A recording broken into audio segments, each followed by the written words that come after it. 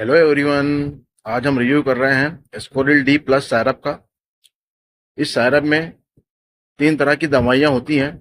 पहला होता है डेक्सामेथासोन हाइड्रोब्रोमाइड, ये खांसी को रोकने में मदद करता है।